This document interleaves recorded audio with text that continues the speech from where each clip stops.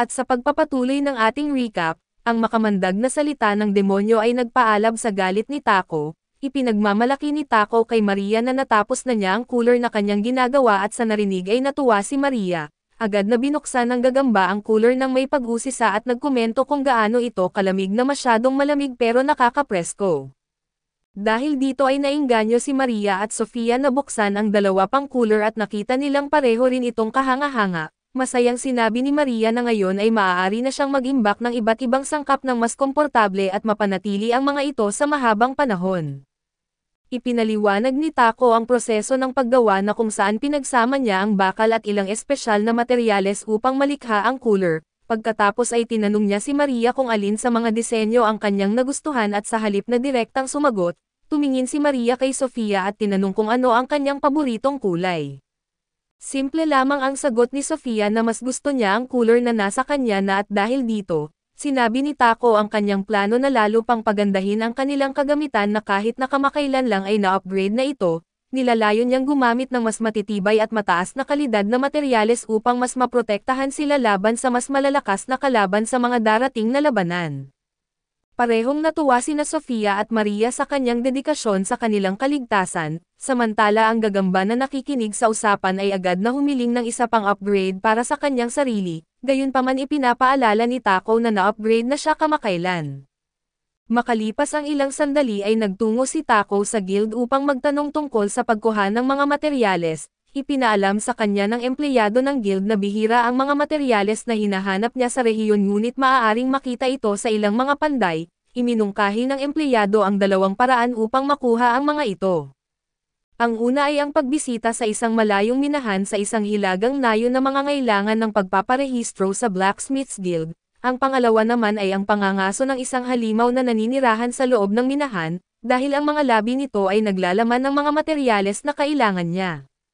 Nakita ito ni Taco bilang isang mabisang paraan upang makamit ang dalawang layunin ng sabay at matatapos niya ang kanyang misyon habang nakakakuha rin ng mga kailangang materyales. Sa sandaling iyon ay lumapit sa kanya ang pinuno ng guild at nagbigay ng isa pang gawain.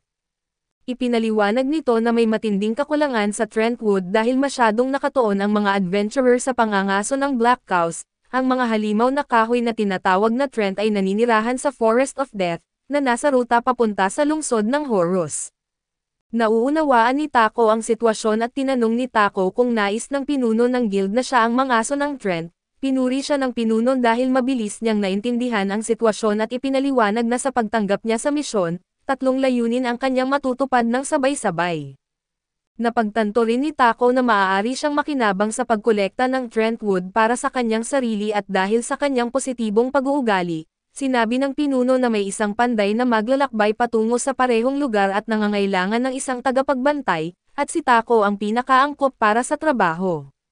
Nararamdaman ni Taco kung paano ginagamit ng guild ang kanyang kakayahan sa tamang pagkakataon kaya't nagkomento siya tungkol sa kanilang pagiging oportunista. Bilang tugon ay nangako ang pinuno na iaangat siya sa ranggong F at ang kanyang mga kasamahan sa ranggong E kapag natapos nila ang mga gawain. Bagaman interesado ay inamin ni Taco na hindi pa siya nakatanggap ng isang escort mission dati kaya't nagtanong siya kung may ibang adventurer na maaaring kumuha ng misyon. Ipinaliwanag ng pinuno ng guild na ang iba ay nakatakda ng umalis para sa iba't ibang misyon. Sunod ay tinanong ni Taco kung gaano katagal ang biyahe patungo sa Horus at napangiti ang pinuno dahil sa kanyang pagiging masigasig at tinawag siyang masunurin at mabait. Idinagdag ng empleyado ng guild na aabutin ng 7 araw ang biyahe gamit ang isang karwahe na hila ng ordinaryong kabayo, ngunit 4 na araw lamang kung gagamit ng isang halimaw na kabayo. Napagtanto ni Taco ang benepisyo ng mas mabilis na paglalakbay kaya't agad siyang pumili ng halimaw na kabayo, gayunpaman ay malungkot na ipinaalam ng empleyado na tanging mga karaniwang kabayo lamang ang available sa ngayon. Dumating si Rail kaya't mainit siyang binati ni Taco at sinabi ni Rail na narinig niya ang tungkol sa lumalaking reputasyon ni Taco sa hanay ng mga adventurer. Napansin ng empleyado ng guild ang pagbabalik ni Rail at tinanong kung natapos na ba niya agad ang kanyang misyon. Ipinaliwanag ni Rail na matagumpay nilang napatumba ang isang Black Buffalo at dinala ito pabalik upang hindi masira ang karne. Iniulat niya sa pinuno ng guild na naging napakahirap ng misyon dahil sa sobrang dami ng Black Buffalo sa lugar, na naging hamon sa parehong pangangaso at pagbabantay sa mga dala nilang kalakal. Impresyonado ang pinuno ng guild kaya't nagdesisyon siyang taasan ang gantimpala para sa misyon. Sinabi naman ni Rail na siya at si Heath ay balak ipagpatuloy ang misyon kinabukasan at nakakita ng pagkakataon si Taco upang makipag-bonding, kaya inimbitahan niya si Rail na manatili sa kanyang bahay para magpahinga at maligo.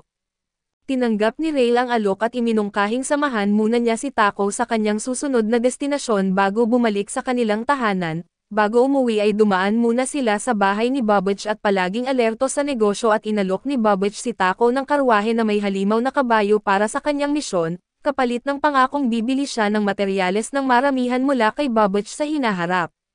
Dahil maganda ang alok ay agad itong tinanggap ni Taco at dagdag pa rito ay humiling si Babbage kay Taco na gumawa ng ilang cooler pagbalik nito. Tila nawiwili si Babbage sa cooler dahil panay ang bukas at sara nito kaya't pinagsabihan siya ni Taco na gamitin ito ng maingat. Samantala sa bahay ni Taco ay nagsimulang mag-alala si Sofia dahil sa tagal ng kanyang pagbabalik, si Maria na abala sa paghahanda ng pagkain ay sinubukan na manatiling kalmado, habang mahimbing namang natutulog ang gagamba. Kahit pa pinapayapa siya ni Maria ay hindi pa rin mapanatag si Sofia sa pag-aalalang maaaring may nangyaring masama kay Taco. Pagbalik nila ay humingi ng paumanhin si Taco kay Rail dahil napagod ito sa paglalakad kahit nagaling siya sa isang nakakapagod na misyon. Ngunit tiniyak ni Rail na ayos lang iyon at bagamat nabanggit niya na hindi pa nila natatagpuan ang hinahanap nila, ipinaliwanag ni Taco na napuntahan na niya ang lahat ng panday na inirekomenda ng empleyado ng guild kaso bigo pa rin siyang makita ang materyales na kailangan niya. Habang naglalakad sila ay biglang huminto si Rail matapos maramdaman ang isang matinding presensya ng panganib na papalapit, sumigaw ang kanyang pakiramdam ng babala na alam niyang hindi niya kayang ipagtanggol ang sarili, agad niyang hinawakan ang kamay ni Taco at hinimok itong tumakbo. Bago pa sila makakilos isang agresibong anino ang biglang lumundag at malakas na sinipa si Rail na sabay bintang na pinagtangkaan niyang masaktan si Master Taco. Ang figurang iyon ay walang iba kundi si Sofia na puno ng galit at agad na nagdeklara na aalisin niya ang kriminal sa harapan niya. Habang itinataas ni Sofia ang kanyang espada upang umatake ay mabilis na pumagitna si Taco upang pigilan siya, ipinaliwanag niya na si Rail ay isang kaibigan at hindi kalaban at nang maunawaan ang pagkakamali at agad na humingi ng tawad si Sofia, inamin niyang hindi niya alam na pinagkakatiwalaan ni Taco si Rail. Humingi rin ng paumanhin si Taco kay Sofia dahil hindi siya nagbigay ng abiso tungkol sa kanyang gabing pagbabalik, kay Rail dahil sa hindi inaasahang pag-atake at bagamat gulat pa rin ay tiniyak ni Rail kay Taco na ayos lang siya, subalit binanggit niyang may ilang tanong siya para sa kanya. Pagdating sa bahay ni Taco at litong-lito pa rin si Rail at humiling ng paliwanag, nilinaw ni Taco na kinuha niya sina Sofia at Maria bilang kanyang mga tagapagtanggol at sa sandaling iyon, nagising ang gagamba at agad na ibinaling ang atensyon kay Rail. Tinanong niya kung siya nga ba ang taong iniisip niya at may pag-asa sa kanyang boses na nagtanong si Rail kung gusto pa rin siya ng gagamba, ngunit walang pag-alinlangan ay tuwiran siyang sinagot nito na kinamumuhian niya siya. Dahil dito ay labis na nalungkot si Rail at upang pagaanan ang sitwasyon, pabirong sinabi ni Rail na kahanga-hanga kung paano napapaligiran si Taco ng napakaraming magagandang babae at dagdag pa niya, ang lahat ng kanyang mga kaibigan ay kasal na at samantalang siya ay nananatiling single. Mabilis namang nilinaw ni Taco na sina Sofia at Maria ay hindi niya romantiko na kasintahan at dahil dito, lumingon si Rail kay Sofia at tinanong kung ano ang palagay niya tungkol dito na malamig na sagot ni Sofia, wala siyang pakialam kanino man maliban kay Master Taco. Hindi pa rin sumuko si Rail at tinanong din si Maria at sumagot naman ito na wala siyang interes na makasama ang kahit sino maliban kay Master Taco. Sa puntong iyon ay tinanggap na lang ni Rail ang kanyang kapalaran at napabuntong hininga sa pagkadismaya. Upang mapakalma siya ay iminungkahi ni Taco na maligo muna siya upang ma-relax dahil wala namang ibang pagpipilian, sumunod na lang si Rail at pumasok sa banyo. Samantala ay lumapit si Sofia kay Taco at ipinaalam sa kanya na alam niya ang tungkol sa misyon ng Trentwood na kanyang tinanggap. Binalaan niya si Taco na ang mga Trent Monsters ay mahuhusay na kalaban ngunit tiniyak din niya na kaya niyang harapin ang mga ito. Nang magkasundo ang lahat ay sinabi ni Taco na aalis sila sa loob ng 3 araw, na pagtanto niyang kailangan niyang gumawa ng karagdagang kagamitan bago ang paglalakbay kaya't agad siyang nagsimulang magplano ng kanyang trabaho. Bago sila maghiwalay ay nagpaalam si Taco at ang kanyang grupo kay Rail na sabay pakiusap na iparating ang kanilang pagbati sa kanyang grupo. Tinugon ni Rail ang kanilang pamamaalam at nagpasalamat kay Tako sa kanyang mabuting pagtanggap bago tuluyang umalis. Sa kanyang pagawaan ay nagtuon si Tako sa paggawa ng isang bagong sandata, gayunpaman ay napakalakas ng kapangyarihan nito at tila lumalaban sa kanyang pagsisikap na linangin ito. Binago niya ang kanyang pamamaraan hanggang sa tuluyang mahati ang malaking sandata sa dalawang mahusay na pagkagawa na espada. Matinding pagod ang nadama niya matapos ang proseso ngunit nasiyahan siya sa naging resulta at habang papalapit ang araw ng kanilang misyon, pinuntahan ni Tako si Babbage upang hihiram ng isang karwahe at nagpasalamat dito. Ipinaalam naman ni Babbage na ang panday na kanyang bantayan ay nasa loob na ng karwahe. Lumapit si Tako at ipinakilala ang sarili at tiniyak sa panday na siya ang magsisilbing tagapagtanggol nito sa buong paglalakbay. Natutuwa ang panday na makilala si Tako at nasasabik itong makasama siya sa biyahe. Sa paghawak ni Maria sa rende at paggabay sa karwahe ay nagsimula ang kanilang paglalakbay. Pinuri ng gagamba si Maria sa kanyang husay sa pagmamaneho sabay banggit na magaling siya para sa kanyang ika-4 na beses na paggawa nito. Sagot naman ni Maria na may tiwala na siya sa kanyang kakayahan dahil dati na siyang nakapagmaneho ng karwahe na hila ng halimaw na kabayo, kaya may kaunting karanasan na siya. Samantala sa loob ng guild isang empleyado ang nagulat sa pinuno tungkol sa paglitaw ng isang pangkat ng mutated Trent monsters na may pambihirang lakas, dahil dito ay nag-alala ang pinuno at iniutos na panatilihing lihim ang impormasyon hanggang sa may karagdagang utos. Gayunpaman ay nabanggit ng empleyado na si Tako at ang kanyang grupo ay nakapasok na sa kagubatan, lalong nabahala ang pinuno at umaasang hindi sila makakatagpo ng mga mapanganib na nilalang. Samantala sa ibang bahagi ng kaharian ay nakipagpulong si Babbage sa sugo ng kaharian upang alamin kung nasiyahan ang hari sa bagong sistema ng palikuran. Siniguro ng sugo na ikinagagalak ng hari ang mga pagbabago ngunit ipinaalam din niya na bagamat unti-unting nalulutas ang mga problema, kumalat na ang mga ito hanggang sa banal na lungsod ng Sidonia at samantala, sa ibang panig ng mundo ay patuloy na pinalalakas ng mga mandirigmang itinakdang ipagtanggol ang lupain ang kanilang kakayahan sa pamamagitan ng walang humpay na pagsasanay. Balik sa kagubatan ay sinuri ni Tako ang sitwasyon at napansin ang hirap ng pag-atake sa mga halimaw mula sa malayo. Upang tiyakin ang kaligtasan ng panday ay gumamit siya ng isang enchantment upang maprotektahan ito mula sa anumang panganib.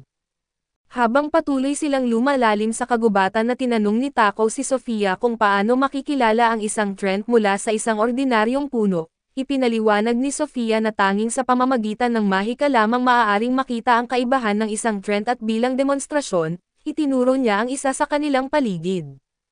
Agad na sumugod si Tako upang wasakin ito kaso biglang humahaba ang mga sanga nito sa agresibong depensa. Mabilis namang nagtulungan sina Sofia at Maria upang putulin ang mga sanga at mapahina ang halimaw at sa tamang pagkakataon, sinunggaban ni Tako ang pagkakataon at ibinigay ang huling atake, kinikilala ang lakas ng nilalang ngunit nakahinga ng maluwag sa pagkatalo nito. Gayunpaman ay agad siyang pinaalalahanan ni Sofia na malayo pa ang kanilang misyon mula sa pagtatapos. Napatingin silang lahat sa paligid na pagtanto nilang napapalibutan sila ng mga Trent at napansin ni Maria ang napakaraming bilang ng mga ito, at iminungkahi ni Sofia na gumamit sila ng mahika upang mas mabilis na mapuksa ang mga halimaw, dahil kung isa-isang pupugutan ang mga ito aabutin sila ng matagal. Bilang tugon sa mungkahi ni Sofia ay pinakawalan ni Tako at Sofia ang kanilang malalakas na atake na mahika. Agad na pinabagsak ang maraming Trent at sumali rin si Maria sa labanan gamit ang kanyang kakayahan upang talunin ang ilan pa, habang ginamit naman ng gagamba ang kanyang mga sapot upang hiwain ang isa sa mga nilalang. Patuloy na sumulong si Tako at nagbibitaw ng sunod-sunod na pag-atake kaso hindi nagtagal, napansin niya ang isang kakaibang Trent na kapansin-pansing naiiba sa iba at dahil sa kanyang pag-usisa, tinanong niya si Sofia tungkol dito. Kinilala ito ni Sofia bilang isang sinaunang Trent na mas matibay at mas mapanganib kaysa sa karaniwang Trents. Agad na kumilos si Sofia at pinutol ang mga sanga nito habang si Maria naman ay sinunog ito, samantala ay tinulungan sila ng gagamba sa pamamagitan ng paghiwa muli sa mga galamay ng halimaw. Sa kabila ng kanilang pinagsamang pagsisikap ay mabilis na naghilom ang Trent na ikinagulat ng lahat at agad na naisip ni Sofia na hindi epektibo ang pag-atake sa mga sanga nito, kaya't inutusan niya si Tako na tumarget sa mismong katawan ng nilalang. Sinunod ni Tako ang payo ni Sofia na sinindihan niya ang kanyang espada at itinarak ito ng malalim sa ulo ng Trent, kumalat ang apoy at itinupok ang buong katawan ng halimaw at sa huling pagsiklab, tuluyang natalo ang Trent. Matapos ang labanan ay napansin ni Taco ang isang kakaibang mansanas na nakalapag sa lupa at tinanong si Sofia tungkol dito. Ipinaliwanag ni Sofia na ito ay isang bihira at mamahaling uri ng prutas at dahil dito, nagpasya si Taco na kunin ito upang iuwi. Samantala sa Adventurers Guild sa Horus ay itinuro ng Panday ang lokasyon ng mga mineral na kailangan nila. Ipinaliwanag nito na mahigpit na binabantayan ng maraming halimaw ang minahan at determinado si Taco na makuha ang mga materyales, kaya't maingat silang pumasok ng Panday sa loob ng minahan upang hanapin at hukayin ang mga mineral. Habang sinusuri ang mga nakabaon sa mga batuhan ay kinumpirma ng Panday na natagpuan na nila ang eksaktong hinahanap nila, bago pa sila makapagsimula sa pagkuha ng mga mineral ay biglang yumanig ang lupa, isang senyales ng paparating na panganib. Isang maliit na halimaw ang lumitaw mula sa kailaliman at ang madilim nitong anyo ay tila sanay na sa mga anino ng yungib. Hindi nagsayang ng oras si Taco na agad siyang gumamit ng isang liwanag na salamangka sa nilalang. Agad itong napaatras na tila nasaktan sa liwanag at sinamantala ni Sofia ang pagkakataon at tinapos ito sa isang mabilis na atake ng kanyang espada. Namangha ang Panday sa diskarte ni Taco at tinanong kung paano niya nalaman ang tamang paraan upang talunin ang halimaw. Maging ang gagamba ay nagtanong din na tila nagtataka kung bakit naging napakadali ng labanan. Ipinaliwanag ni Taco na dahil ang mga halimaw na ito ay nabubuhay sa kadiliman sa ilalim ng lupa, naisip niyang natural na magiging kahinaan nila ang liwanag. Namangha ang Panday sa lohikal na paliwanag ni Taco at inamin niyang ito ay isang tuwid ngunit epektibong estratehiya. Gayunpaman ay nagtanong si Sofia kung hindi ba iyon masyadong madali, na may bahagyang pagkadismaya sa kakulangan ng hamon sa labanan.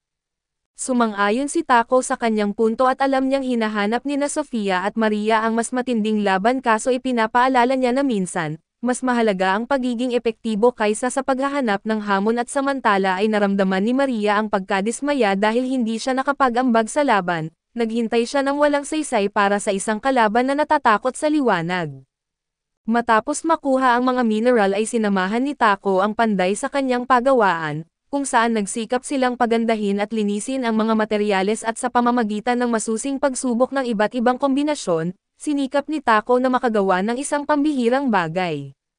Maingat niyang isinama ang isang elemento sa isang malaasol na materyal na gamit ang kanyang mahika upang maisama ito sa mga sandata at panangga. Nang matapos ang kanyang gawain at ipinakita niya kay Maria at Sofia ang bagong armor na ginawa niya upang maprotektahan sila mula sa mga atake. Masayang tinanong ni Maria kung ano ang ginawa niya para sa sarili niya at ipinaliwanag ni Taco na sa halip na gumamit ng armor, ginamit niya ang mga mineral upang mapahusay ang kanyang bilis na kilos at upang ipakita ang kanyang bagong kakayahan ay mabilis siyang tumakbo sa loob ng pagawaan, kaso nauwi ito sa pagsalpok niya ng direkta sa isang pader.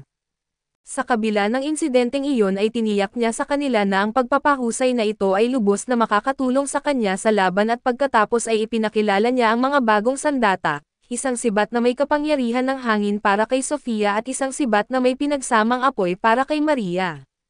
Sa sobrang sabik ay agad na pinakawalan ni Maria ang isang apoy, na agad namang pinaalalahanan ni Taco na mag-ingat sa paligid at sa mas seryosong tono. Lumapit si Sofia kay Taco at nangakong ipagtatanggol siya kahit na magbuwis pa siya ng sariling buhay.